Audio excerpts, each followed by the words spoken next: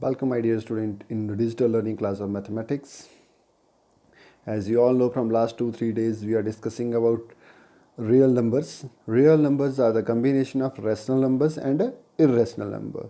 So today we are going to start our next part, that is operation on real numbers. Operations means the four common operation, that is addition, subtraction, multiplication and division. These four operations are commonly used. So today we are going to apply this operation in case of real numbers.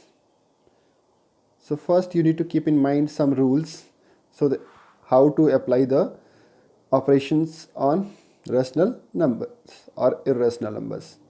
So let's take first sum of rational number and an irrational number is always irrational. That means if one number you are taking rational and one irrational, and after addition you will get a irrational an irrational number.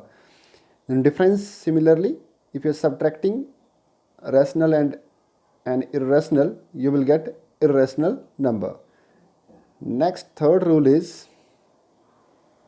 product of non-zero rational number and an irrational number is always irrational.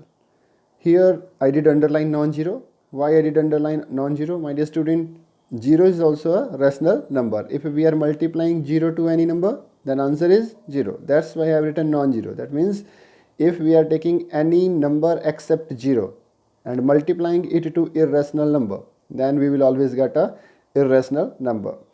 And the next is when we are dividing the quotient of a non-zero rational number and an irrational number is always irrational. When we are dividing any rational number by irrational number except 0, then we are getting irrational number. Let's start your exercise 1.5 and see how to apply these operations. So this is your exercise 1.5. First is classify following as a rational or a irrational number. We have here 5 parts. Let's take first part, 2 minus under root 5.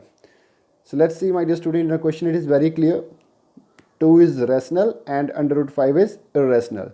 So how to write its answer? You need to write in a given number 2 is rational number, under root 5 is irrational number.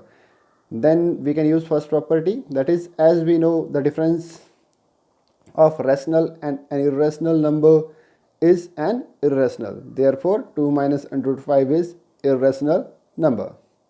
Let's take second case.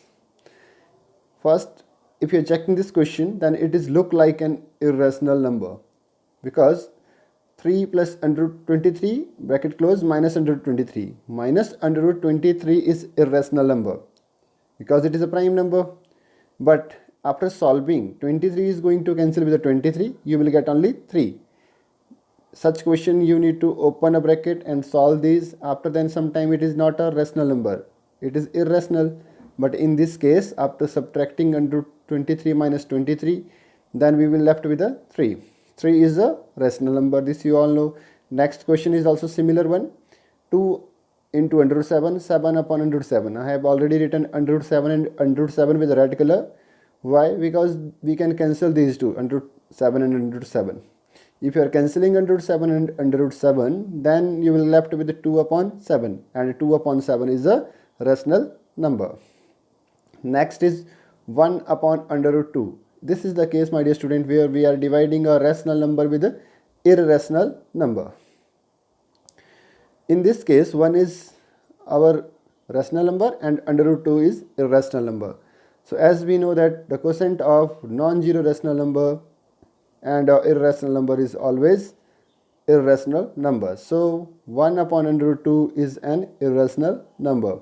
In simple language you can say, when we are dividing any rational number except 0 by irrational number, then we are getting irrational number. So last part is 2 pi. This pi is, you all know, it is a irrational number and 2 is a rational number. So how we can write? Here we can use third property. As we know that the product of non-zero rational number and an irrational number is always irrational. This question is multiplication of 2 into pi. Pi is irrational. If we are multiplying by 2, then still it remain irrational number. I hope my dear student you are able to understand these four properties. So let's take your next questions. That is your question number 2. Simplify the following expressions. Here we are going to use some rules that you have already studied in class 8th. So let's take first question. 3 plus under root 3 bracket close, then bracket start 2 under root 2. My dear student, here you have two brackets. So according to rule, you need to take first number from the first bracket. You can see in the solution I have taken -3. I have written with a red color second bracket as such, that is 2 plus under root 2. Then take second number from first bracket with sign plus under root 3. I have written with red color and second bracket as such, that is 2 plus under root 2. Then we need to multiply with a 3. In third step you can see 3 into 2, then 3 into under root 2, and next is under root 3 we need to multiply with 2, under root 3 into 2 plus under root 3 into under root 2. This step is very clear. Opening of bracket. After opening of bracket we can write first 3 to the 6, but my dear student, in the next part when under root 2 is there and 3 is there, then it is not under root 6. You need to write 3 under root 2. Similarly, in the next case, 2 under root 3 into 2. Here you may commit mistake sometime. You may write under root 3 into 2 is 6, but it is not 6. You need to write 2 under root 3. But in the last case, when the both number have under root sign, like under root 3 and under root 2, then you can multiply these two. As I did in rough area, under root 3 into under root 2, that become whole under root 3 into 2, 3 to the 6. In this way you can solve this question step by step. So let's take second question. Here we can use identity. You can see 3 plus under root 3 and 3 minus under root 3. This is look like a identity a plus b into a minus b, and its short form is a square minus b square. So here you can see I have written in rough area a is equals to 3 and b is equals to under root 3. Then apply the formula. A square means under root 3 whole square. A square means 3 whole square and minus sign, then b square, that is under root 3 whole square. You can see under root 3 whole square when we are solving, then square and square root is cancelled. You will left with the 3. And in first case 3 3 is 9. 9 minus 3, answer is 6. The next third part, that is under root 5 plus under root 2 whole square. This is look like a plus b whole square. So how to open it? A square plus b square plus 2ab. So when we are writing, then start writing in this way. First find what is a and b here. A is under root 5, b is under root 2. Then substitute into the formula, that is a square under root 5 whole square, b square means under root 2 whole square, plus 2 into a value is under root 5 into b, it is under root 2. You can see in rough area I have solved under root 5 whole square. Under root 5 whole square means square and square root is cancelled, 5 left. Similarly you can solve under root 2, that is square and square root cancel, it is left under root 2 is left 2. Then in second last step you can see 5 plus 2, this 5 came from under root 5 whole square and 2 came from under root 2 whole square. You can see in rough area how to solve. This is very clear in rough area.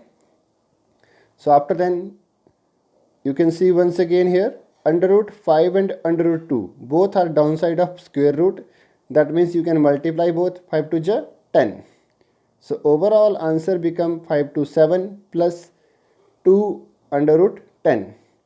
But my dear student, keep in mind here it is not 7 plus 2 9.